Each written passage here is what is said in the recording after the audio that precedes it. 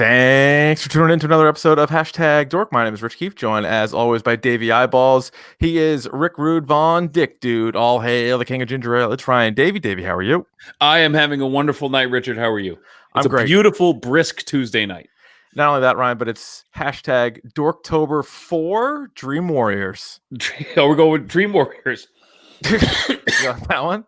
I love that one. There was the title song was done by Dawkins too, I believe, wasn't it? Yeah, that's right. Yeah, that's right. You know, not a lot of great fourth films in the history of horror.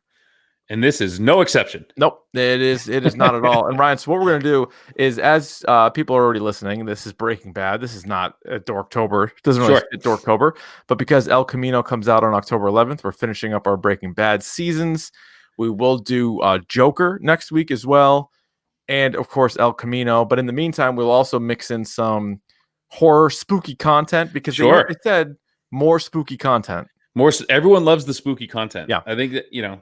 So what we're going to do is we're going to have some different voices on, and we're going to talk about whatever their favorite horror movie is.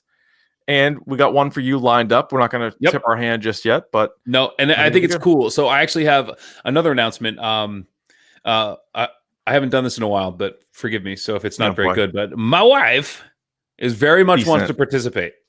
Perfect. You guys can, if you guys want to do one together. Yeah. No, she wants to do her own. She wants do one with me? With you. Well, okay. And I'll tell you, I'll tell you off air which one she wants to do. Okay, good. Because I've been running it by, and for the people, there'll be certainly a lot of familiar voices, but also some debuts. There's going to be some people that you've never heard before. Which is great. I think it's great. It gives me a little bit of a rest. Yeah, but these are going to be, as far as they're like little micro episodes. They're going to be shorter episodes, and they're going to be about just one horror movie and just rip through it. Whether it's a classic, maybe one you've never seen, maybe one you've seen a million times. That's the plan. So, Ryan, you're going to get double dork weeks. You might even get triple dork weeks. You never know. We have only so many days in Dorktober. You know what the problem is? I'm just going to jump in here because we're also streaming this on YouTube. Sure. I can't figure out the lighting in my laboratory here. And yeah, you look very ghoulish right now. You look like you have like a flashlight under your face. It looks like I have jaundice. You kind of do, yeah. What do I do about that? How do you fix that? Where is it? You maybe take the brightness down on your computer screen? Are you like right up into that thing? I mean, I guess that's a little bit better. Yeah, but then you got to lean into the. You can hold the microphone up. Yeah, I got a snowball mic. I can't. Yeah, don't. You gotta get one of these. You gotta get one of these arms here. I do got to get an arm. I got to turn this into more of a podcasting studio. You do. I mean, we do this every week. I mean, treat yourself, invest a little bit. You know, right? Here's the little thing about me. I'm cheap. Yeah, you are. You're not. Cheap. You're inexpensive. You're not cheap. I'm inexpensive. No, that's true. There's different. Cheap would be like, you go out to drinks with people and like you won't buy around. Like I'll buy around. You get the T-Rex arms. You don't reach into the pockets. You know what I mean? Who's got me? Yeah, who's got me? Johnny Sue. It's got me. But in all seriousness, I look really sickly, so don't watch the YouTube video. I don't know what it is. I can't. We're trying to pump this YouTube channel, man. You gotta look good. You gotta look right. I have a light right above me, and it's kind of dim, but I'm telling you, it looks like it's coming off the computer screen though. It looks like you look a little contour. What's the word? A lot of contrast, a lot of shadows. Hot under these lights, huh, Seinfeld? Yeah, seriously. No, not really. Oh, I feel sick. I look sick. You look sick. Fuck. Anyway, should we get to the news? Yeah, might as well. Ryan, this is huge news. This is huge news. We could have had our own standalone episode just on this news. And we probably should have. We probably should have done some breaking news kind of thing. But I'm hopeful. Where's the time? I'm hopeful that people aren't going to see Breaking Bad season 4 and just skip over this if they have no interest in Breaking Bad, because this is huge news. After all kinds of back and forth and poor negotiating tactics and all kinds of stuff, Spider-Man is back in the MCU. And what a way for Tom Holland to announce it. Did you see his Instagram post? You don't have Instagram. I'm not on Instagram. He did the scene from Wolf of Wall Street where Leonardo DiCaprio goes, "I'm fucking leaving." Like that scene. That was his post on Instagram. And I thought it was the most like perfect thing he could have posted. And so here's the deal. I don't think people care necessarily about the nitty gritty of it, but it sounds like Marvel will pay for 25% of the next Spider-Man movie, and they will receive 25% of the profits. It's a fucking no-brainer. Whatever, it's a no-brainer. Don't care about that. And so what you're going to get is a trilogy for Spider-Man. So you're going to go from Homecoming, Far From Home. What do they call the next one? Something with home in it. Home is where the heart is. Home again. Home again. Home again. Jiggity jig. You can always come home again. Yeah. And then it sounds like he's also going to be in another one. I don't know if that's going to be Doctor Strange, or I don't know what the deal is going to be. But they also gave a release date for it, Ryan. And this was kind of surprising to me, is that it's going to be in 2021. Right. And they have never once in the history of the MCU released 4 movies in a calendar year. And 2021 is going to be the first time that they have 4 movies. Do you think that stands, or do you think they move something? No, I think that stands, because I think it's early 2020. I think it's like February, right? Is it February? Am I out of my mind? You are out of your mind. It is for Spider-Man. It is July. Okay, Spider-Man's always July. Okay, I was thinking of something else. What was I thinking? Oh, I was probably getting The Last of Us 2 mixed up. I heard February, and I'm getting.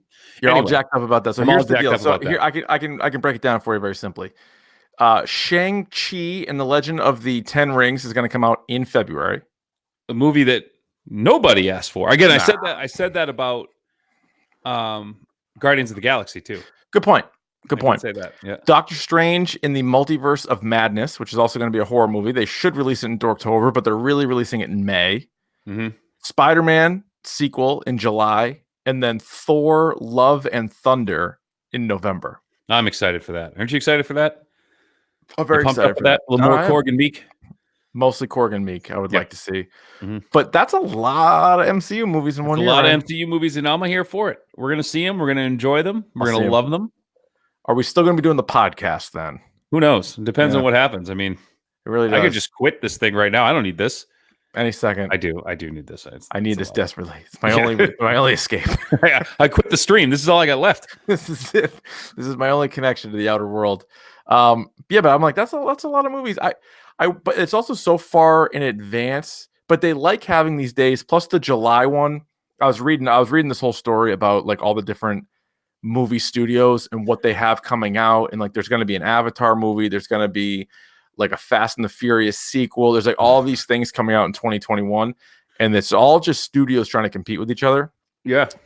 But again, that seems like a lot. I wonder if they would bump one of them, but at the same time, Thor's going to kill it in November. Doctor Strange is going to kill it in May. Shang-Chi, I think it's a good kind of February release. I think that's fine. That's sort of what they did with Black Panther, and then that ended up being a monster movie. Right, because that was the only thing that came out that month. Yeah. Right. Yeah. That and probably some rom-com. Yeah. You know, Overboard. Smooch. It came out opposite Overboard. Can I convince my wife to go see Shang-Chi for Valentine's Day? I'll go with you. Okay, perfect. It's a date. Yeah. Save the date, Ryan. We're going. Opening night. But anyway, that's very exciting. And it was just so stupid that we even had to deal with the fact that there wasn't going to be Spider-Man in the MCU. But here's my question for you. Yeah. If you know that the Disney-Sony relationship isn't great, and you know that you got him for one movie for Spider-Man Home is Where the Heart Is, and then another movie, whether it's like New Avengers or something sooner, and you don't know if you'll get him back, do you kill him? Yeah, you kill him. I think you kill him. You kill him in Strange. Oof. And it's multiverse. We can bring in another Spider-Man. It's easy. Straight swap. Yeah, you bring in Miles Morales. Yeah, but you don't have the rights. That's true. I know you want it. That's smart. I like where your head's at there, but I think you almost. Or you could pull a complete okey doke, right? I'm listening. You can put Tom Holland in the movie, dye his hair blonde, and make him Ben Reilly, make him Scarlet Spider. Do you have the rights to that? I don't see why not. It's a clone of Spider-Man. Ben Reilly's Peter Parker's clone. I wonder, can like Sony veto that? You'd be like, hey, you guys can have him in your universe. We're killing him in this one. It's like Scarlet Spider-Man, Scarlet Spider. I don't know. It's a completely different character. It's a completely different person. I wonder, that really ups the ante of them killing him off in the next one, though. It really does. You know? Just a little Yeah. way up to the camera to Yeah. Sony. Yeah. But I still want, I desperately want Kraven's Last Hunt. Me too. As a movie. And Like, you want Long Halloween for Batman? Yes. I want Kraven's Last Hunt. That's my favorite Spider-Man story. One of them, anyway. You know who I believe, according to a Twitter Q&A, wants to play Kraven? Who? CM Punk. Nope. Okay. Just throwing that out there, and you're throwing it right back. That's fine. I don't like that. I don't like that one bit. That's fine. But I am excited about this. It's annoying that it's come to this, and it's annoying that it's not just like he's always in the universe and like forever and ever. But at the same time, I'm not sure Tom Holland was going to make 10 Spider-Man movies either. I mean, he's on the hook for what, like 7? He's 7 appearances or something. He's already been in several. Yeah.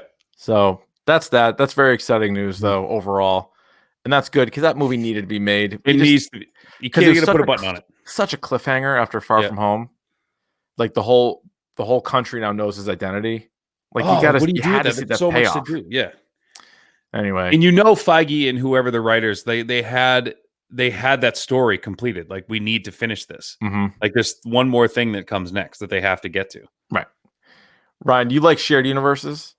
You bet your sweet ass I do. Well, can I introduce you to the DC Extended Universe? Nope. Out.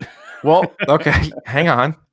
There is a new trailer just on the scene right now. Yeah. For a movie that fits nicely into the DCEU.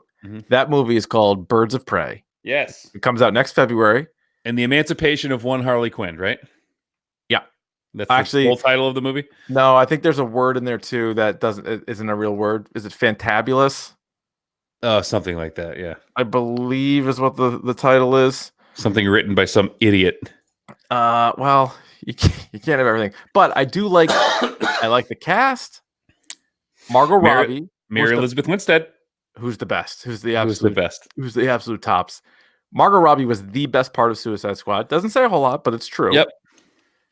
Any chance? Did you see the trailer? I did.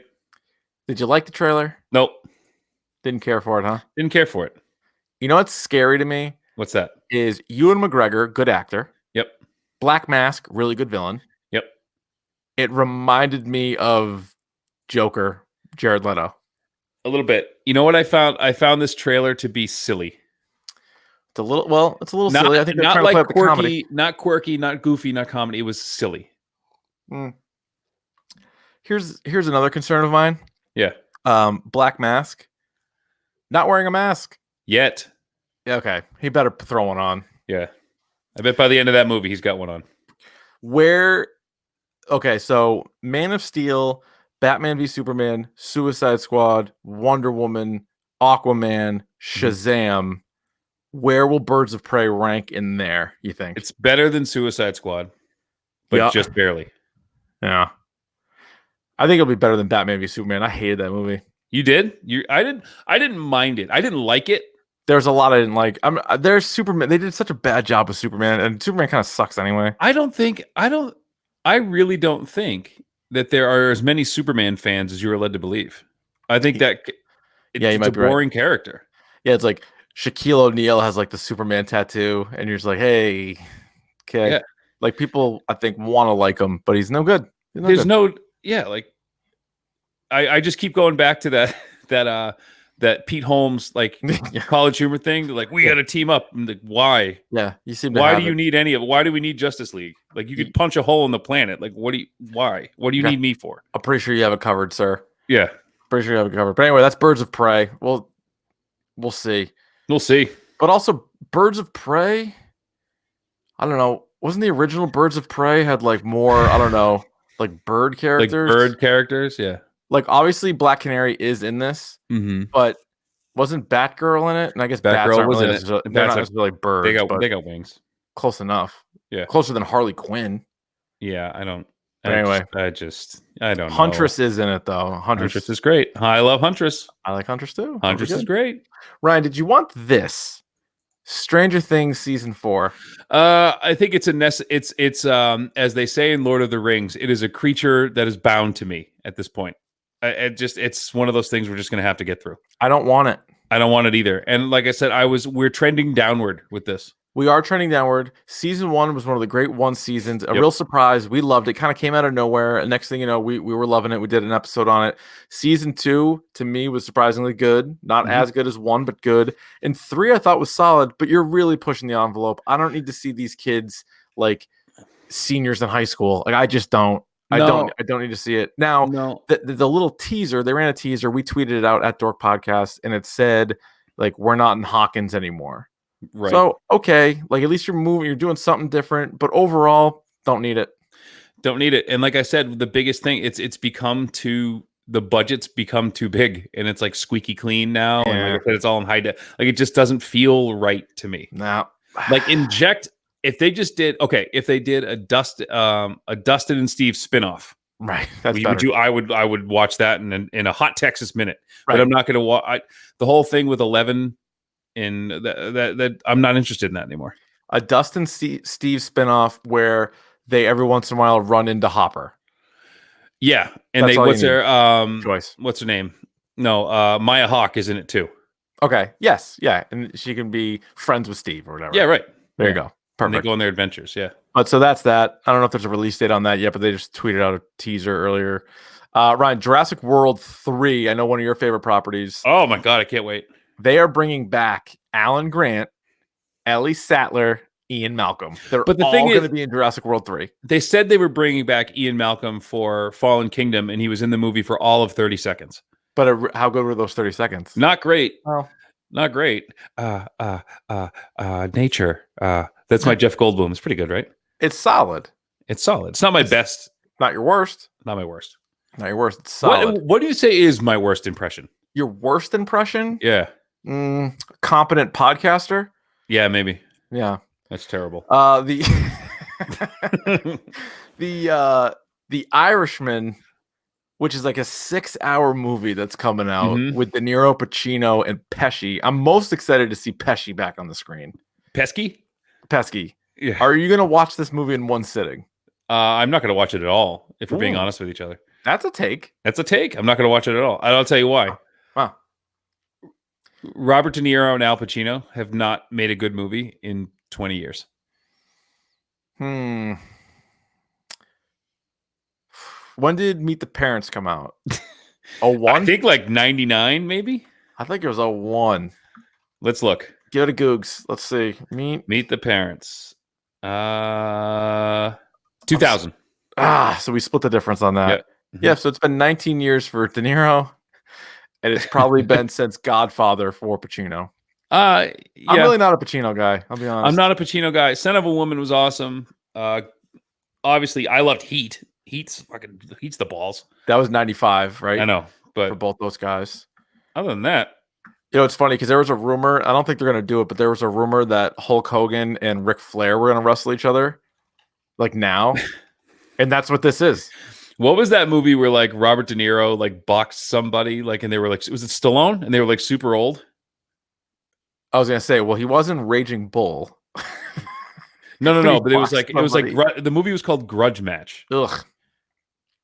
No thanks. Was that the one where one of them was in prison? No.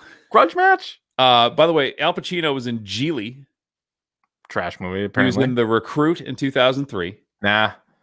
Angels in America. I thought you were saying Angels on the Outfield. I'm looking at the Merchant of Venice. Nope. Two for the Money, which terrible. Maybe. Is that the one where McConaughey plays like a gambler? Yep. And then he was in Ocean's 13, which was kind of a dump. That was bad. Not as bad as 12, but bad. And yeah, Pacino's not that's it, dude. He was in Jack and Jill with Pacino or with Sandler. Oh my God. That might be the worst movie ever. And then he just played old guys for HBO for 10 years. Pretty much, yeah. He was Jack Kevorkian. He played Joe Pa in that one movie. Yep. And then he was Joe Paterno. And then he was Phil Spector. So it's like... Yeah. Ryan, I got some TV news for you. Sure. By the way, he was in Once Upon a Time in Hollywood, which fucking sucked. He was... Actually, it was great, but he was the it was not great. He was the worst part in it, though. Yeah. He was. It's Always Sunny in Philadelphia came back this week. It was great. It was awesome. It was a good episode. It was a pretty solid... Meat cubes. These guys get it. It's Always Sunny was good. I did not see South Park yet, but South Park is back for another season of South Park. I don't think I've watched South Park in 5 years. It's pretty good still. Yeah, I know. It is. American Horror Story 1984. You watched this yet? I watched the first episode. I enjoyed it. Good, right? I don't know how they're going to stretch that into a whole season. I watched the second episode and it was solid. I think is it 10 episodes? It's not a super long season. I don't know. Is it all one night? Like they can't do this with the kids there. I feel like the sun's going to come up at some point. Yeah. You know, they can't just keep stretching this thing out. Again, I've only seen one episode, so I'm not spoiler free there. Bojack Horseman season 6 trailer. I guess this is going to be the final season of Bojack. And you know what I'm really excited about in regards to Bojack Horseman? It ending. No, I'm like, people swear by this show, Richard. I watched the first 3 or 4 seasons, but people say it's like one of the best shows going right now. And I can tell you this: I have watched half a season of Atlanta. Better. Which is great. And like I'm slow on that one, and I have to watch Bojack. I have to watch Bojack Horseman. Wait, have you never seen Bojack? I've never seen it. I've seen the first episode like twice, but I've never actually watched. So it's like the only other thing that I know Jesse Pinkman from. Like Jesse Pinkman, Aaron Paul is a voice in this. Will Arnett is Bojack. Bojack, yeah. Allison Brie is one of the main characters too. It's good. There's some funny stuff in it. It's also like depressing. Yeah. Yeah. So by the way, I want to inform you that I started playing a little bit more of Breath of the Wild, Zelda, and I got this real shitty horse. What do you name him? Slowjack, because he stinks. Well, you listen. Yeah, they can't all be Bojack. No, so he's Slowjack. Poor Bojack, Slowjack. Yep. Well, that's just mean. He's never going to come around if you just. He's never going to come around. Well, he's only got his stats are like I can't bond with him anymore. Can't make him any faster. You feeding him carrots? I'm feeding him all the carrots. Well, the problem is it takes me 3 hours to walk across the map, and I got this kid just poking around. Slow hoss. Every once in a while, he kind of lists to the right a little bit. He leans. Yeah. His left leg's longer than his right leg. Yeah, a little bit. Yeah, kind of have to like jerk him back, like go that way. Just be nice to him. I maintain that horses are the most miserable creature in the world. Oh, I have to be, right? I feel terrible for horses. I don't like horses. Plus, because they also have to know that they're one step away from a unicorn, and they couldn't get there. They couldn't do it. And so you're one step away in either direction. You're either unicorn, or glue. Like that's like you're trapped in the middle of that. Right. And then meanwhile, you have your cousin, the zebra, out there having a great time. Did you see the polka dotted zebra? No. They found a rare polka dotted zebra out in the Serengeti. I bet they're pretty handsome. I said that like an Italian, like spaghetti. You did. The Serengeti. You did the Serengeti. Just end it right there. Yeah, that's where you end it. You don't have time to finish it. I don't have time to finish that. I'm too busy. We got too much on this episode. Yeah. Also, for the wrestling fans out there, Ryan. Yeah. Wednesdays are now a big wrestling night. NXT is on USA. And are they actually starting to air NXT? Yes. I care about NXT for one reason only. It's great. Kat Zingaro. No, not Kat Zingaro. What's her name? Casey Catanzaro. Casey Catanzaro. That's what it is. I love her. I know. She's a little spark plug. She is. So NXT is great, by the way. And then AEW, which is going to kind of like compete with the WWE. AEW? Like the root beer? No, AE. And... They're only cream soda. Which is weird. Yeah. They just go out there and they just pound cream sodas. And you're like, I guess. There's a time and a place for cream soda. And then they start to they push the float on you. I don't want float. Do you know they have a chain? I want my ice cream separate. Yeah, what? They have a chain of restaurants in Canada, like A&W. Yeah, no, I've seen them in upstate New York, I think. Oh, it's basically Canada. Yeah, it is. Yeah. I've never been in one. No, me neither. Like, hey, you guys want a root beer? No. Not really. You guys have anything else? Like, well, we have cream soda. Cream soda? Nah. Maybe an orange, if you're asked nicely. You have a creamsicle? I'm okay. Yeah. But anyway, that's also going to air on Wednesday nights on TNT, so they're going to go kind of head-to-head. Yeah, hell yeah. Little battle. All right, Ryan, that's the news. That's a lot of news. That's a lot of news. Not too much news. Let's get to your news. What do you have? All right, I'll make this quick. All right, okay. So we are a month away from the Overwatch World Cup, Richard. Ooh. So that is going to take place November 1st and November 2nd. The most recent champion, obviously being South Korea, is the reigning World Cup champions. Congratulations. Yep. So this year there will be, I believe it's 10 teams competing. So we're a little bit of a dip from 16. We're going down. It went to 16 in 2016, 32 in 2017, 24 in 2018, and now 10. Well, the game's 5 years old.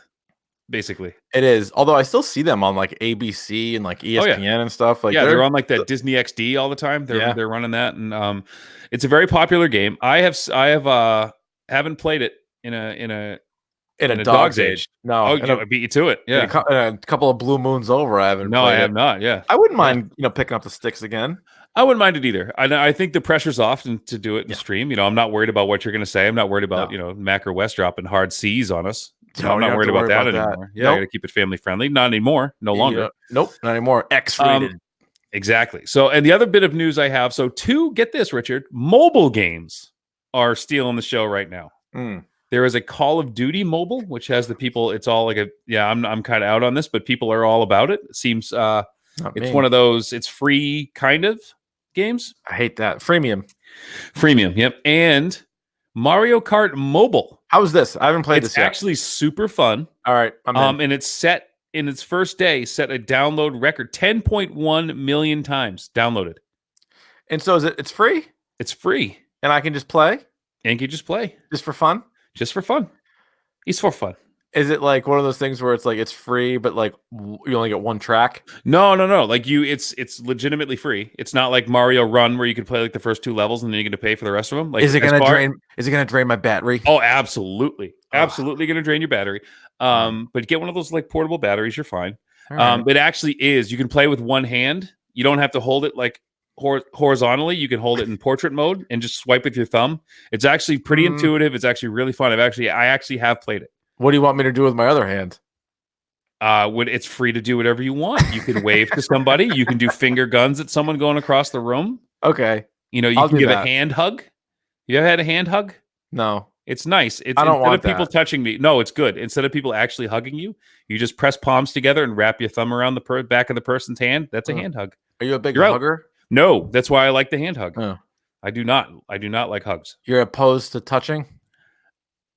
If I initiate, then it's welcome. I'm not a hugger. What's the appropriate amount of time to hold on to a hug? 3 pats worth, like 1, 2, 3. It's like a handshake, like 3 pumps, you're out. Sorry? 3, like 3 handshake pumps, like up and down. Got it. I thought you were referring to the hug. You get 3 pumps. Well, that's another. Come on. Listen, I don't want a lawsuit on my hands. I don't either, but if people are hugging you willingly, they're. So that's the news. All right, Ryan. Are you ready for the topic du jour? Dare I ask? Is it mobile games? It's not today. It's not today? It's not du jour. No, it's the topic of the jour. Topic of the jour. It's topic of the jour. Okay. Today, Ryan, Breaking Bad season 4. I don't know if you've noticed this, but we've sort of gone in order here. The Breaking Bad season. I knew we were doing something. Yeah. I knew something was up. Yeah. So season 4 of Breaking Bad, 13 episodes, originally ran on AMC back in 2011. It's now currently on Netflix for your viewing pleasure. Ryan, let me start by asking you, did you like it? Hell yeah. Yeah. Let me ask you another question. Sort of a follow-up to that. Sure. I have a very similar answer to you. Is it the best season of Breaking Bad to this point? Absolutely. Yes. Absolutely. Now, I think it is, and it starts amazing. Like it's amazing how it starts. So it does start amazing. It starts and ends amazing.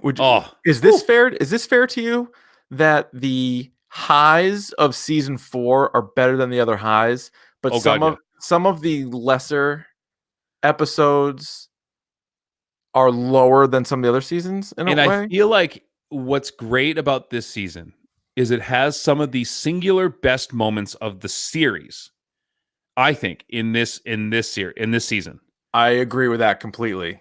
But like you said, they kind of rope it up you a little bit. Like there's some seasons like the Fly episode that are kind of lull you to sleep, but it's like stuff happens. Like there's progression, but it kind of slows it down a little bit. But then does it ramp right back up? Well, it's funny. Wes from the Boxers podcast, he tweeted us The Ringer ranked all 62 episodes of Breaking Bad. Yeah. And I certainly don't agree with all the rankings, but just like overall, I think they're pretty good. And it was interesting to see that season 4 had some of the lowest rated and some of the highest rated. What was the lowest rated one?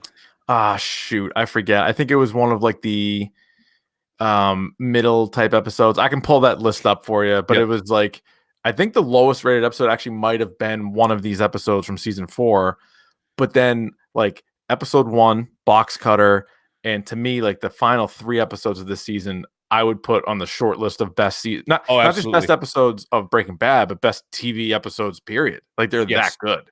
And even as we've maintained too, a bad episode of Breaking Bad is still better than most TV shows' good episodes. Yes. You know what I mean? I would say, I know there are some things in this season that really bothered me, but I think that was on purpose. And we'll get to those in spoilers, obviously. Yes. So they had... No, the worst episode actually they have ranked is from season 5, which we'll get to next week. Episode 9 and Bug, they have ranked. They have that ranked 61st. Okay, but anyway, let's get into it. Let's sort of do what we did before, where we kind of go episode by episode, all spoilers, obviously, episode by episode, and then we'll ask some questions here at the end. But right away, just picking right up where season 3 left off. You get episode 1 here for season 4, Box Cutter. Walt and Jesse are being held after Gale was killed. Yep. And then they're just kind of waiting around. They don't know what's going to happen to them. They're kind of fearing that maybe they're going to end up getting killed or whatever. And then Gus is there with Victor, and Victor's the one that went and got Jesse. Yep. And then he's standing there, and you don't know what's going to happen. And then Gus, who's so good, like he's so good. He is such a good actor / character / whatever. And he's so calm. There's no expression on his face. And so when he stabs Victor with a fucking box cutter, just like that's right in front of him, that's as intense as there is. And that's a top 10 easy, maybe top 5 moment in the show. And I hear stories, because I hear things that the guy who played Gus Fring, his name escapes me right now. I'm having is Giancarlo Esposito. Giancarlo Esposito. He had lines in this scene, and he told he's like, I'm just gonna walk in, I'm just gonna do it, and I'm gonna leave. He doesn't say a word to either of them. And remember he goes and he puts like the suit on, like the hazmat suit, like Walt, like that. That's a great. He's like pleading with him, and he's like putting the thing on, like tremendous dialogue by Walt, and he's just like so calm, changing his clothes, putting that stuff on, like he knows what he's gonna do, but nobody else, including Mike. And he's a really good face actor too. Oh yeah, and like Mike's expression, like he doesn't know what's gonna happen. Nobody knows what's gonna happen. Clearly, Victor doesn't know what's gonna happen. Clearly, and then Walt's just pleading for his life, and then he just walks over. And again, the main part here too is Victor showed up at the scene of the crime, and people didn't see Jesse, but they did see Victor. Yes. So this move by Gus, like as crazy as it is actually smart to sort of keep them out of trouble. And that's the beauty of that character, is that, and what I love too, and it's kind of like this gruesome moment where like he cuts Victor's neck, and then he holds his face like staring right at Walter, like he makes him watch him die. Incredible. And you know what I mean? Like he's holding them there, like he's trying to like squirm and get away, and he's holding them there, and he's looking, pointing him right at Walter. Incredible. Which is awesome. Ugh. But like you said, he got seen. It's a loose end we got to tie up, and the whole purpose is like, you made me do this. But it's also the first time you actually get to see what like Gus Fring is actually capable of. Right. Like usually a guy like that who's in a position of power, they can't just not ever get their hands dirty. No. And that was his whole thing. Right. It's like similar to like the mafia in a way, right? Like those guys at the top, they might not be getting their hands dirty too much now, but at some point they did. And there was was it this season where like Walter is talking to Mike, and they're in the lab, and he's like, I just want an opportunity to explain like kind of what was going on, like what happened, my side of things. And Mike says, well, you're never going to see him again. You will never see him again. Yeah. Yeah. Yep. Oh yeah. And because obviously Walt is like, we need to kill Gus because Gus is going to kill us as soon as Gus knows that he's going to kill us. And Gus is like, well, I'm not going to show you at all. I'm not going to give you the chance. Also, not a surprise that this episode was written by Vince Gilligan. Had to have been. Most of the best episodes are either written or directed, or sometimes both, by Vince Gilligan, which again makes me pretty optimistic about the movie because he did both for El Camino, which is coming out. Right. All right. Episode 2 is called 38 Snub. Walt gets a gun.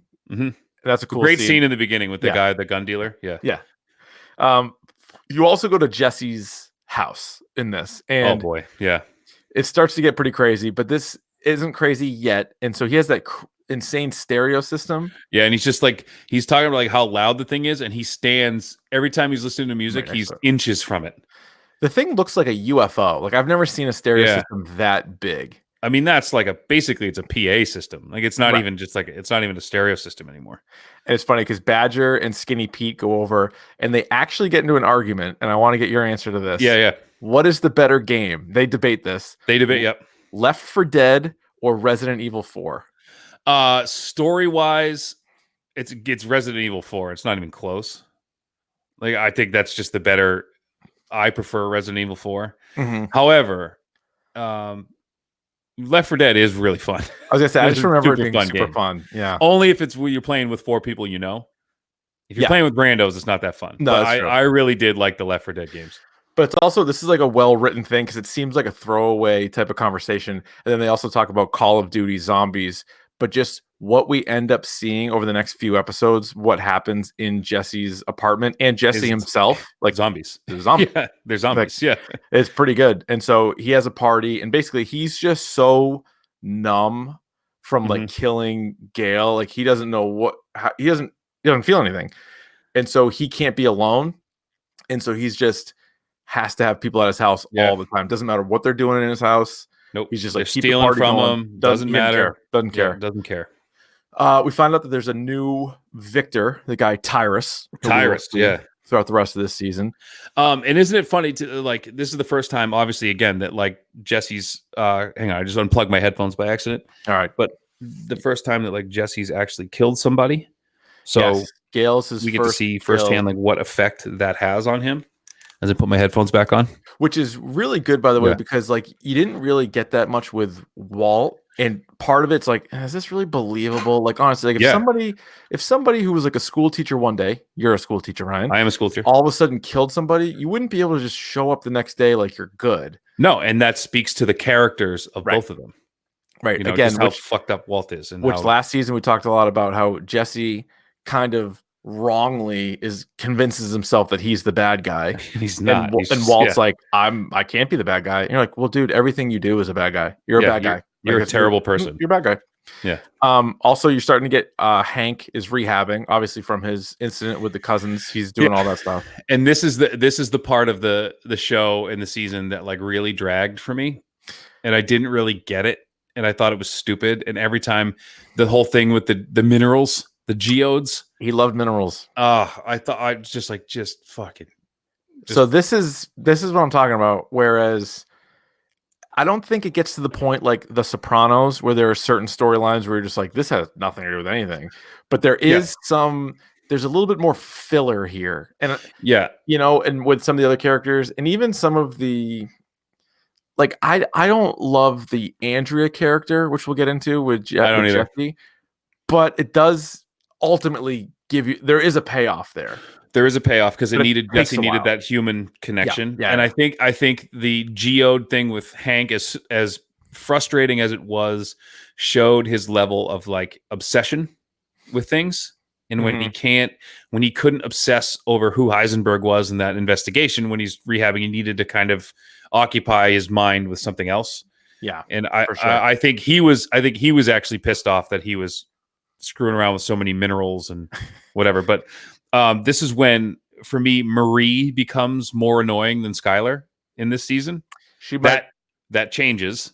Yes. But in the beginning of the season, point, like in a race, she kind of passes her by for a little bit. Right. Also of note in this episode, one of the times where they're ordering pizza over at Jesse's place, there's a specific place that does not cut their pizza.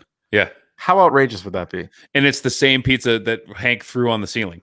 Because I remember it's like Venezia. It's like Venezia pizza or something. Valencia pizza. That's what I meant. Yeah. Yeah. Oh, is it the same one? It's the same pizza company. And also in this one, this is where Mike and Walt goes and talks to Mike at the bar and is like, just get me in a room with Guts. And then he punches Walt out. He kicks the shit out of him. Yes, he does. Yeah. Episode 3 is entitled Open House. Skylar sees Walt's eye from getting beat up by Mike and is like, basically she tells him, hey, promise me if things get really bad, like you need to let me know. And he's like, yeah, of course. So another just straight up lie. Like once you think he started, like she knows what he's doing, but she still doesn't know like what's really going on. Like just how dangerous it really is at this point. Right. And we get the return of Bogdan. right?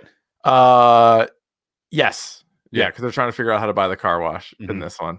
But this also, the title is Open House, because this is where you get Marie, and you're to your point, she's just going to these open houses and making up backstories, lying, stealing spoons, stealing like the most insane thing ever is stealing like family pictures of other people's families. Of other people. Like, yeesh. I mean, it's similar to like a serial killer taking trophies. Yeah, And true. she's just, as we've seen in shows like Mindhunter and such. But True. she is the what's his name, Ed Kemper of real estate open houses. Yeah, So, she is a little bit. Saul also pitches the whites because they're trying to again launder their money, and that's where the car wash comes in. But he first pitches them the nail salon. Which I thought was interesting because that's where his office was in Better Call Saul for a few years. Yeah, remember? And he was like incredibly insulting to Skylar.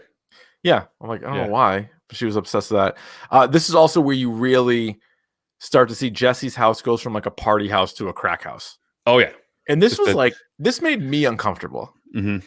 And I think obviously they're supposed to, but like watching it, weren't you like, oh my god, like get out of that house? Like I just clean your house. I couldn't deal with it. Or when you see like the meth head like taking his toaster oven, like, dude, do you need that? How are you gonna make your tots? Just walking out. So again, it's nobody touches the stereo, which I find is really weird. They leave that alone. No one touches that alone. Yeah. Who do you think to this point is the bigger mess or has sunk the lowest? Hank, who's just like so obsessed with minerals and is just like he's defeated. Mm-hmm. Marie, who's going to places and lying and stealing, or Jesse, who just is like embracing like a crack house life. I think it's everybody. I think everybody this season. This is the lowest point for everybody. Yeah, and then you have the moment. I don't know if it's this episode or the next one where Hank tries to do the right thing and he buys Walter Jr. the Charger, and then Skylar makes him take it back. So there's that moment where like he's just bummed out. Oh yeah, everybody hates at their lowest. Yeah, they're having a hard time for sure. Episode 3 is also the debut of Bill Burr, who is a great character on this show. And you also get the cops go to Hank and want to get him to look at some of their stuff, and he has Gail's notebook. Yes, where here we go. Yeah, we got some stuff. Also, I would like to mention one of my favorite scenes when Saul is talking to Hank and Skylar about buying the nail salon, and Huel has to come in the house and take a dump. He like sees him like running back and forth. So good. Like, can Huel use your bathroom? And then what's so good too is like they have a long conversation, and like you still never see Huel. He never comes out. He's up to the whole time. All right, episode 4 is entitled Bullet Points. And obviously the bullet points were Walt and Skylar were going over notes because they were going to pitch this idea to Hank and Marie about how Walt won all this money gambling. Yeah. Do you think that's a good cover for what? No, really? Super thin. If Hank is, and this is what frustrates me too, if Hank is any kind of DEA agent, he should have sniffed that out right away. Like there should have been. What would be the best way to hide the fact that you now have like $1 million? It's tough.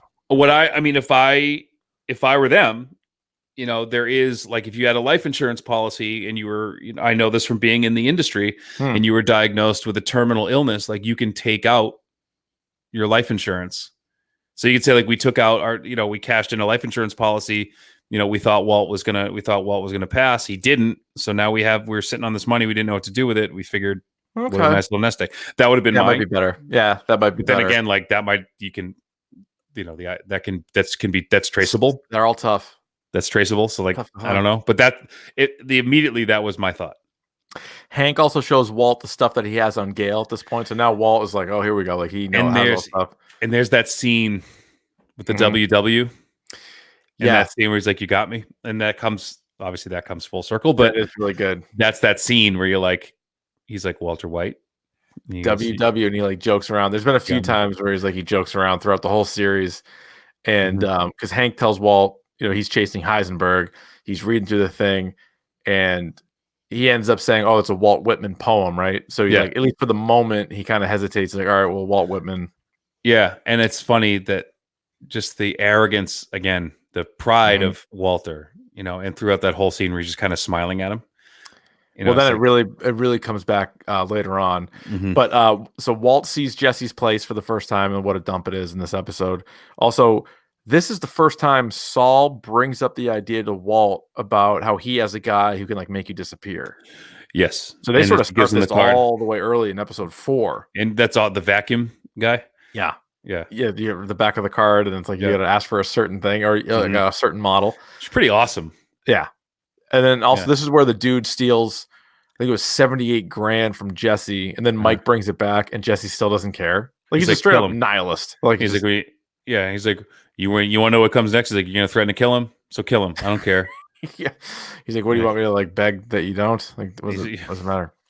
So then from there, that really it sort of pivots as to how Gus and Mike are treating Jesse. So episode 5 is called Shotgun, and basically Jesse's just riding shotgun with Mike on all these pickups, and they're trying to like convince him. They even stage. They're like, oh, like a guy was robbing him, and Jesse saved him. So like they're basically trying to divide Walt and Jesse at this point, because obviously for the longest time Gus didn't want Jesse. Gus thought Jesse was a liability, but he's now realizing that Walt is the bigger liability, and so he would rather just work with Jesse. You're already seeing it now, and they're trying to see one if Jesse's trustworthy, because they said, like Mike says, like you're good in the pocket. I remember because it was the same thing they said in Made, the movie Made. Yeah, the best. Like he's good in the pocket. Yeah, you know, and it's kind of helping Jesse out of this, like he's worth something, and I feel like what Mike and Gus are doing are showing Jesse that he's actually like, you can do this. Like they're building him back up, and obviously the effect that they knew that would have is it would completely fuck with Walt. Oh, Walt loses his mind about it. He loses it. Yeah. What's also interesting is it seems like in this episode that Skyler does want to get back with Walt and is like, hey, you should move back in. And at this point, he's like, doesn't seem like he really wants to. Because I think that's... Do you think it's because she banged Ted Beneke, or do you think it's more just because he's like, I kind of like what I'm doing now, and as long as I get to see my son and my new daughter, I don't really care. And I think the idea, too, that it wasn't his idea. Maybe that she's the one. It's not. He's not in control. I don't think he would allow himself to be let back in the house on her terms. Right. I'm going to come in when I want to come in. Like, you don't tell me when I can when to come back. Like, I'll come back when I'm ready, kind of thing. It's that control. It's that control thing. Yeah, I think you might be right. And then this is also, again, this is a top 5 example of Walt's pride getting in the way. Hank was ready to bury it. Hank was convinced that Gale was Heisenberg. Yeah. And he's at dinner. They're all at dinner over at Hank's. And Hank is telling everybody like what a genius Gale is. And Walt, who has been drinking wine all day long or all night long, he gets jealous and is just like, basically like, look at his notes. Like that's somebody like copying somebody else's work. Like this isn't your guy. Your guy's still out there. Yeah. But that actually gets to Hank. And now Hank is like fully invested again. He would have let it go. He would have let it go. Like that was it. Like that case was closed. Like that was done. And it was just like you said, it was just that like he couldn't live with the fact that someone was going to take credit for his work. Insane. You know? Like his DEA brother-in-law would have looked the other way and he would have gotten away with it. And the whole time too is like Skylar knows enough of what's going on too. And she should have kind of stomped on the foot under the table. Well, she was getting annoyed. Yeah. But yeah, she should have done something.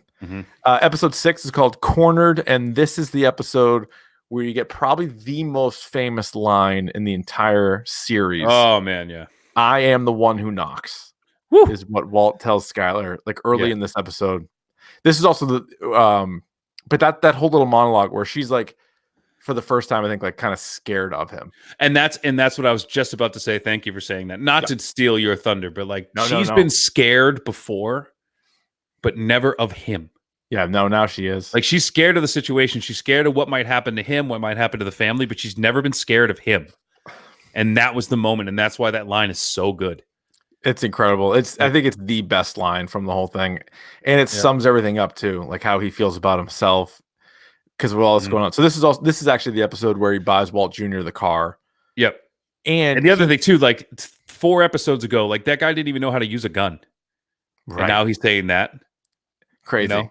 Yeah. And like the cartel basically is after him. And he's like, this is also one where Walt and Jesse are talking to each other and Jesse's explaining like what he's doing, like with Mike, like kind of anyway. Yeah. And And, and they think there's something, they see something in Walt, or they see something in Jesse, and Walt literally says to Jesse, "It's all about me." He's like, "They're doing all of this to get to me." To get to me. Even Jesse's like, "You can't give me anything. Like, you can't even." And like, he might be partially right in this regard, but he'll never compliment Jesse ever. Never.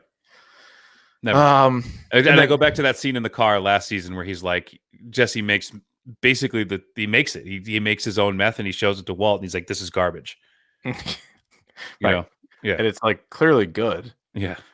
This is also a good Skylar line. Again, it doesn't get as much attention as the "I am the one who knocks," but at the end of this episode, Skylar says to Walt, "Someone has to protect this family from the man who protects this family." Yeah. That's a good line. It's a bit of a Watchmen ripoff. Who watches the Watchmen? Yeah, it's true. It's a bit of a maybe she was reading a little Alan Moore that night. Bit of a nod. There. A little inspired. Episode 7 is called Problem Dog. Walt has to take the car back. He's doing donuts and everything else. That was a pretty funny scene, actually. And I love how he, instead of taking a bath on the car and paying like a $1,000 restocking fee or whatever it was, he just fucking burns it to the ground. He lights it on fire. Like, I'll pay was it like, it winds up being a ridiculous fine? Yeah. Oh yeah. Oh, it's way more than it would have been just to like return the car. Yeah. Yeah. Yep. You also kind of find out that Walt makes $7.5 million a year. So, not as much as like a starting pitcher or anything, but like a good reliever. A good reliever, or like a running back 2. RB2. Or like the best hockey player in the world. I was gonna say he makes a little bit more than Tuukka Rask. Yeah, makes a little bit less than Sidney Crosby's 9, so I think he's right up there. Yeah, like a little bit more than I think Marchand and Bergeron, those guys. Yeah. So Jesse is gonna do the ricin. Like he's gonna try to ricin Gus. He's making coffee for those guys. He thinks about it, but what a tough thing to do. Like that's the other thing I have in this season. Like Walt can't believe that Jesse hasn't done that, but that's not an easy task.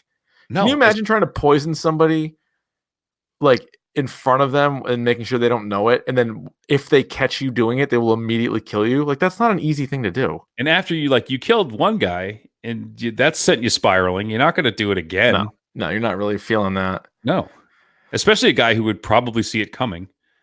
Yeah, and if he catches you, you're dead. Right, for sure.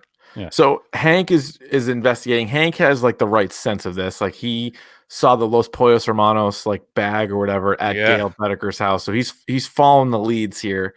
Why does a vegan have a chicken joint bag in his house? Yeah. And so Gus actually sees Hank and Walter Jr. at Pollos Hermanos and comes over and talks to both of them and basically offers Flynn a part-time job, which is kind of funny. Yeah. Flynn. And then Hank is he's Flynn again. Yeah. Yeah. Hank is on to Gus, but his bosses are not really having it. Like that's sort of where we're at. No, because they know, and they flash back to the, he's in the hospital. Him and Mike are in the hospital when one of the twins finally die. Mm-hmm. And he's there. Like he comes and visits Hank in the hospital. Like the whole DEA knows him. Oh yeah, he's like a big donor too. Like I said, they've known him for a long time. Episode 8 is called Hermanos. The DEA brings Gus in for questioning. Hank takes Walt to Pollos Hermanos, and this is, remember, like the tracker. He's putting the tracker down, like underneath the car and everything else. But this is where you get the flashback, Gus's flashback to when he's in Mexico. The story of the Hermanos, the Chicken Brothers here. Yep. And you find out there's the Don Eladio guys, like the main guy, and you also get a young Hector Salamanca, and so now you finally get the real connection between Hector and Gus, because Hector kills Gus's original partner, the guy who can make meth and he can also make great chicken. Yeah. So, Max, right? Yeah, Max. And then Don Eladio says something to Gus like, I didn't kill you because like I know who you are, but I want you to know that you're not in Chile anymore. Yeah. So I don't really know what Gus was in Chile, but apparently kind of a badass. And I love the scene too where you get that scene too where Gus goes and visits Hector in the home. Or he visits him and tells him that, oh my God, so good, that his nephews are dead.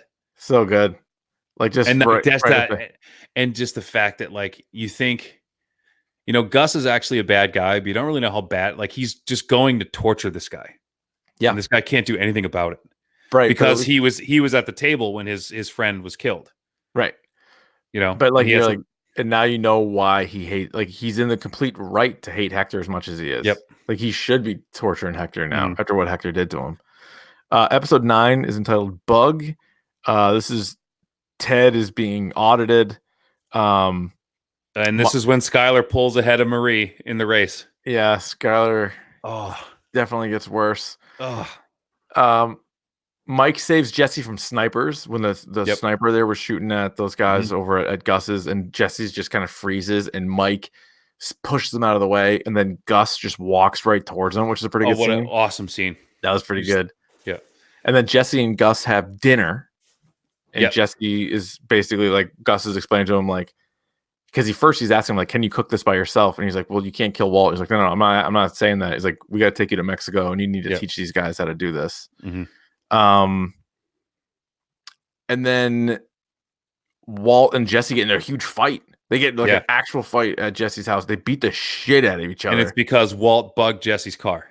Yeah. And so he knew he was at Gus's, and he's like, how did you not poison Gus? And he's like, he made one pot of stew or whatever. He's like, what do you want me to do? Poison myself? Me to eat it?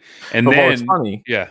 Which is funny. Yeah. because the next episode. He's like, what do you want me to do? Poison myself? And you're like, that's actually how you're going to have to do it. So let's go to episode 10 called Salute. Earlier in the episode, Skylar ends up getting Walt Jr. a new car, and it's a PT Cruiser. PT Cruiser. So, and he is absolutely psyched to have it. One of my favorite scenes, though, is from this season is in this episode where Jesse is in Mexico, and they have all the Mexican scientists there talking about like their labs and everything else, and they're all giving Jesse shit because they're like, oh, he doesn't know how to mix like a certain acid or whatever. And then Jesse just like rips into him. He's like, I'm the guy that they brought here to teach you guys how to do it because you don't cook it as well as I do. And just like rips them. And like even Mike and Gus are like, Jesus, like they didn't even think that he had it in him. Yeah. But that one was good. And this is why I love the character of Jesse. Jesse's my favorite character in the whole show. Jesse's mine as well. Yeah. And it's scenes like that because he's kind of portrayed as like dumb and, you know, at times not sure of himself. So then when he does stand up for himself, like it's the best. Yeah, absolutely. And so this is also where Walt's like such a mess after getting his ass kicked. And Walt Jr. comes over to his house, and Walt actually calls Walt Jr. Jesse at one point. Like as he's kind of passing out, he's like, all right, Jesse. Because there's a whole thing there about like, who does he really treat like more of a son?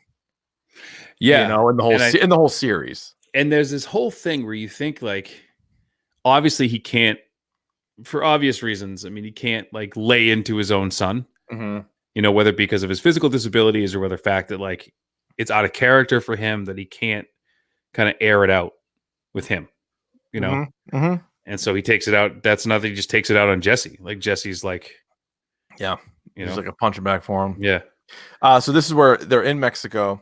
And they basically have already made it like a point where they're gonna like keep Jesse. They're like, Jesse, you now belong to the cartel. You're staying here. Yeah. And Jesse says something to Mike, and Mike's like, either we're all getting out of here or none of us are getting out of here. Like he's like, that's what we're dealing with. And so there's like a million dudes there, including Don Eladio, and Gus gets them all this like crazy like tequila. At least that's what it looks like it is. So like again, the chances of this actually working, I think, are probably slim. But anyway, this is what happens. They serve everybody a shot of tequila from the same bowl, right? Same bowl, and same pot.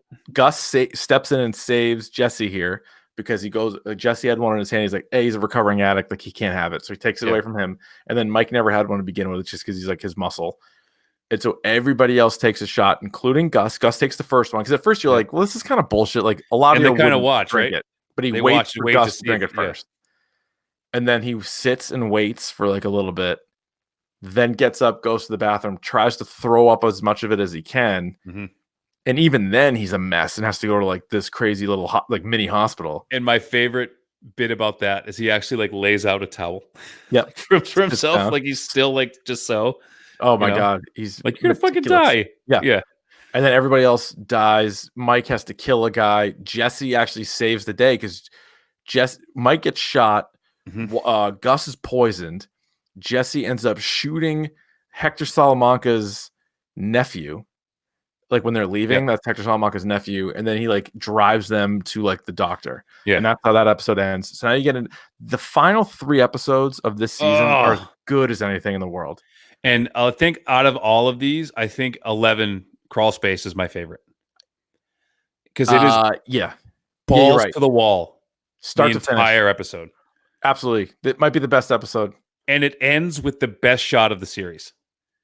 Yeah. All right. So before we get to that, let's just go in order here of some of the stuff. This is where Gus and Mike are getting fixed up, and the doctor knows everything about all those guys, and he has like blood ready for him. And I just thought it was interesting because he's like to Jesse, and he's like A negative, and he's like, what? Like he didn't even know what he was. He's like, you're A negative, and then he also says this: Jesse is 25 years old. I guess makes sense, right? Yep. He is. They do it in centimeters and kilometers, but I looked it up. He's basically 5'10" and a half. No fucking way is he 5'10" and a half. And 154 pounds. Just a wisp. Think about that. He's not 5. How tall is Aaron Paul? I don't refuse to believe that he's taller than me. He said he's 180 centimeters, which is like 5'10" and change, close to 5'11". Okay. His real height listed on the Google is 5'8". Well, so Jesse Pinkman's taller than Aaron Paul, evidently. Yeah, evidently. But think about that. So 5'11", 154. Now, I'm 5'11", probably 200 pounds. Okay. Yes, I could lose weight. But if I lost 50 pounds, I would look like Christian Bale from The Machinist. You would. Like, I don't have 50 pounds to lose, and that's what Pinkman is? He's a little tiny guy. It's a little tiny guy. So Gus wants Jesse to run the lab by himself. Ted Beneke says he can't pay his debt with the gambling winnings. He tells Skylar after Skylar gave him $620,000 so that she wouldn't get audited. And Ted still won't pay it off. Still won't pay it. And he buys a new car. Buys a Mercedes. And to Saul Goodman's credit, he's like, this is a terrible idea. Yes. But Saul told Skylar, like, this is so dumb.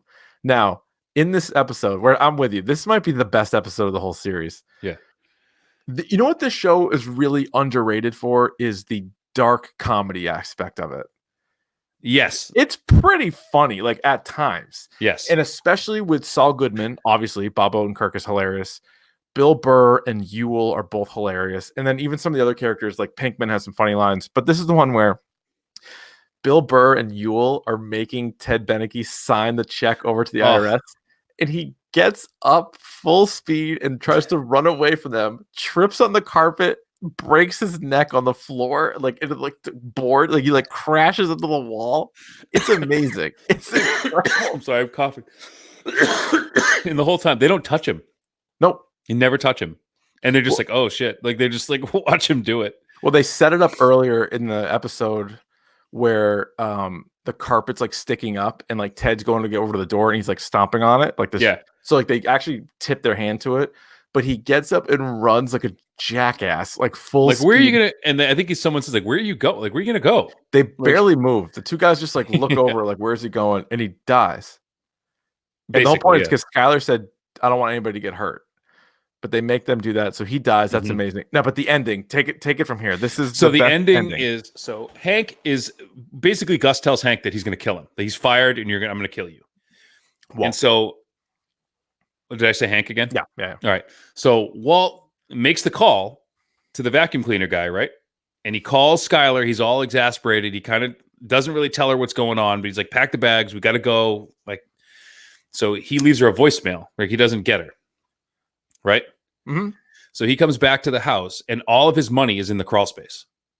Hence the title of the episode. Yeah, because he goes in there. Because he finds out that between him, because they get all new social securities, all new passports, all new everything. So between Skylar, Walt, and the baby, it would be at least $500,000 that he would need. $500,000. At least $500,000. So he obviously doesn't have it on him, so he goes back to his house. And Skylar has given away upwards of around $700,000 to Ted Beneke, and he's going around, and there's this moment, and I love this moment where she's just like paralyzed, like she has no idea what's going on, and she's never seen Walt is freaking out, right? And he's screaming, "Where's the money, Skylar? Where's the money?" And she's frozen, and she said, "I gave it to Ted." And I will say this is a little bit of like me personally. Whenever I'm having like an emotional issue with my family, I don't scream at anybody, but in my head, what's playing is the scream that Walter White lets out. The scream he lets out. Unbelievable. And then starts like laughing and crying at the same time. No, it's literally a Joker laugh. Yeah. Listen to it again. It sounds like he's auditioning for the Joker. And then the last scene is it's shot from him looking down into the crawl space, and the camera zooms up, so it looks like the whole world is just closing in on him. It also looks like he's in a coffin. Yeah, and it's an amazing shot. It's incredible. It's one of the best shots. It's one of the best scenes. You're right though, but like that is because again, you take the commercials out. It's 47 minutes of just like non-stop, and like you can feel, and they do such a good job because that's how Walt is feeling like the whole episode. Yeah. And like you get that sense too. Like everything's closing in on him. Like and he gets home and he knows it's like a time crunch. He gets home and then Skylar sees him and he's like, "Where's the money?" And then she's like, "Of all people too, like I gave it to Ted." And then he just like loses his shit. Yeah. Laughs. Oh, and it's awesome because he's laughing that this is how it's going to end. It's going to end with my wife giving money $600-something thousand to Ted Beneke. $622,000 to Ted. And she's the one who's going to take him down. Amazing. Unbelievable. Speaking of that, though, episode 12 is called End Times, where Walt is like, "I'm not going," because the rest of the family is going to Hank because they put that call in, like that Hank is the one that they're going after, which kind of they might be, but like they're clearly going after Walt more. And what's interesting, and this is one where if you're watching it the first time, you don't really notice it, but if you're watching it on multiple viewings, his whole family's gone. Walt's sitting out by his pool. And he's got like the table there and he's got the gun. And he's spinning the gun. And he spins it once, points right at him. Spins it a second time, points at him again. Spins a third time, and it points at a plant. And you're just like, weird. Okay. It's just pointing away from him, but he sort of looks at a plant. Whatever. You kind of go about your business, you move on. Once again, Gus is trying to convince Jesse to like, Jesse won't sign off on killing Walt because he's like, "Yeah, I can cook it. You know that I can cook it." He went down to Mexico. He cooked it. It's like 96% pure. He's like, "Yeah, I can cook it, but if something happens to Walt, like I won't cook for you." And so Gus keeps trying to push him, keeps trying to do it. Also, you notice in this episode, like it's gotten to the point where Saul Goodman thinks that he's in jeopardy, so he's like packing his shit up, like he's getting ready to go. It's getting pretty hot. And this is when the office is all torn up. Yeah. Right. And Walt like breaks in and he's not there. Yeah. And like Francesca's there and she's like pissed at him. Yeah. So Andrea's son Brock, who's like friends with Jesse, who's like been in this season, but like again, I didn't really care too much about it overall. No. But he's now in the hospital and he's been poisoned because they don't really know what's going on. So like, but all the symptoms are the same. Like he has a fever. Like they don't know why the fever won't come down. Like he's throwing up. Like there's like it's flu-like, but they can't. They don't. Question mark. So Jesse pulls Andrea out of the room and he said, "Tell them to check for ricin. Like tell them to check for it." Because remember Walt had come to the house and saw Brock at his house. Yes. And that becomes in his mind. Yep. Yeah. So Jesse thinks that Walt poisoned Brock, and it's a good scene too because Jesse just can't believe it. He goes outside to smoke a cigarette and realizes that cigarette's gone. So then he's freaking out. And he's like going through his cigarettes. So then he confronts Walt about it, and pulls a gun on Walt, and he's like gonna kill Walt. Then they kind of get into a whole thing. Walt kind of convinces him that it wasn't him, and he also what was interesting, the bitch of it. Oh, it's the one time that like Jesse's right, and he should have done it. He should have done it. But Walt also tells Jesse that he should just get in his car and drive, which I thought was interesting for season 4. So that's another crazy episode. So now we get to the finale. The season finale is called Face Off, and it's starring Nicolas Cage and John Travolta. Which is weird. A lot of doves, a lot of two guns. It's very strange. Who's a good guy? Who's a bad guy? Hard to keep track. But it's weird because then John Travolta starts playing Nicolas Cage at one point. It's very strange. I don't know why he did that. He slept with his wife. FBI is now asking Jesse about the ricin. Basically, like, how would you suspect ricin? Like, that seems pretty advanced for someone like you. Like, how would you know that? But he does a pretty good job. Walt goes and talks to Hector because they're like, how are we going to ever get to Gus? And Jesse's the one that tells Saul that, hey, well, sometimes he goes and talks to this guy, like not really knowing the connection, but he's like, sometimes he goes and talks to this guy. So Walt figures it out and goes and talks to Hector. Hector hates Walt, but my enemy is my friend type of situation. They get a deal, and it's great. And so Hector, they have this plan where Hector's going to talk to the DEA, which obviously we know for a fact that he won't do. Like, and he doesn't. He's not a rat, and he doesn't.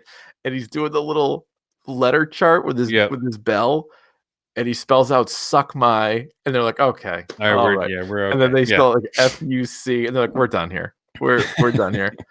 But this is another, would you say, top 5 moment where when you get to the old age home, and Gus goes to confront Hector, being like, "You rat, you are a crippled rat. How are you a rat?" And there's a moment. Walt made a bomb. Walt made a bomb, and there's a moment too. You didn't know because you saw Walt making the bomb, and he was triggering it with his phone, so you know that's in play somehow.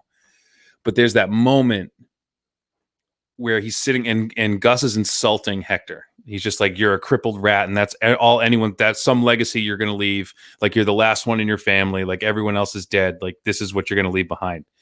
And he's like, "All you have to do is look at me. Like, all you have to do is look at me and like tell me what you did." Which has been like a theme. Like, he has never looked at him. He's never looked at him, and he looks up. Like, Gus has the syringe, and he looks up at Hector, and he's like almost in tears. Mm-hmm. Like, and you think that like, and then his face just like contorts, and it's just rage. Dude, and he starts hitting the bell, and it zooms down like to the bottom of the chair, and you see the bomb, and you're just like, I think I like leapt out of my seat at this point. It's like, oh shit. Well, and what's so good too about it is it's not the bell anymore, because they had to take that out so it could trigger it. So it's making a different sound than it normally makes. Yeah. It's like there's less of a ting to it, and he's just like clicking it, and you're like, what?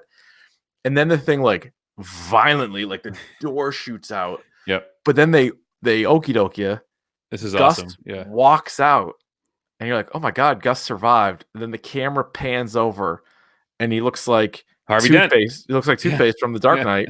Yeah. And there he is. Like, it's the same makeup thing. It's like his face is like missing on the right side. If you look closely, you can see that the right, it's his right eye. Like, the muscle in the eye is moving. That's incredible. Oh, it's an unbelievable moment. And then just kind of keels over. It's probably the best kill in the whole series. Oh, it's awesome. It's awesome. And then so Walt ends up going to the lab and saves Jesse, because at this point they got Jesse back there. They had him like handcuffed to the thing, like cooking for him, and they go and destroy it. And then Jesse breaks the news to Walt, and he says, "Hey, Brock's gonna make it." Turns out it wasn't ricin. And Walt's like, "Oh, really?" He's like, "No, it was something called like Lily of the Valley." Yeah. And Walt's like, "Oh, okay. Well, like these red berries, kids confuse them for fruit." Yeah, he's like, "Oh, good news." And then before you get the ultimate payoff, you get the conversation between Walt and Skylar, where because she sees it on the news, and she's like, "What? Like, did you have something to do with this? Like, what's going on?" And he just says, "I won," which is interesting because narrator, he did not win. He thinks that he did. Yeah. But this whole thing, and I think I even read this somewhere, so I can't take full credit for this, but the whole entire season was just a Walt Gus chess match.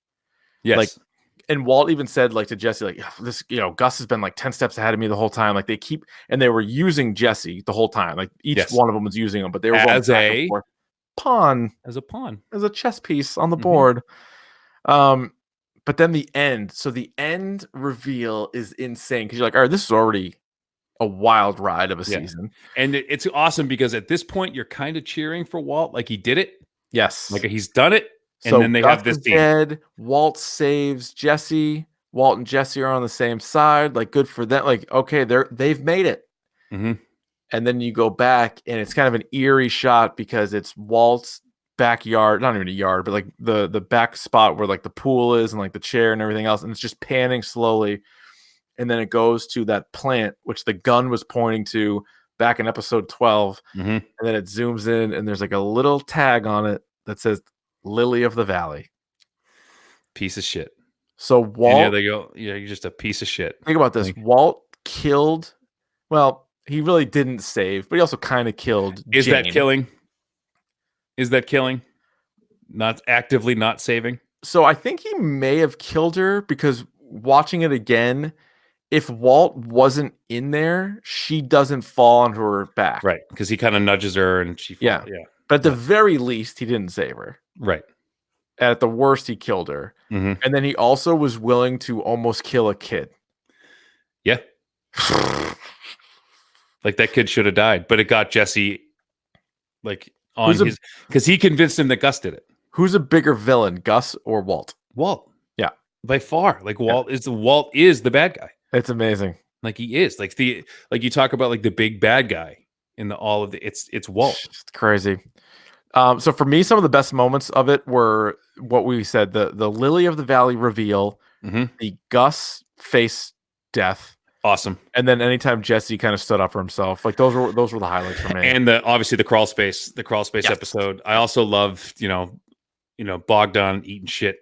And I love the stuff with Huel and Bill Burr. I love that stuff. Huel and Bill Burr, great. I did not love the minerals. I did not love Marie at all. I didn't like Marie. I didn't like most of the Andrea stuff, but the Brock payoff was good. So I guess I know why it was in there, but it was just like, okay, seemed like enough. Seemed like enough, but Jesus, what an episode! The big characters who died this season were Victor, Hector, Tyrus, and Gus. So some pretty big heavy hitters there. Big hitters. People have been in the show, since the beginning. Like Hector's been in it since the beginning, right? Season 2, anyway. Season 2. Yeah, Hector popped up season 2, right, for sure. Now we got an email about this too, because we talked last episode, like, is Skylar really the worst? And we were saying not really, especially Marie at times is worse. But here's one: who's worse overall, Skylar or Walt Jr.? I feel like he complains about so much shit. Like, he's annoying. He complains about everything, and like, dude, you're 16.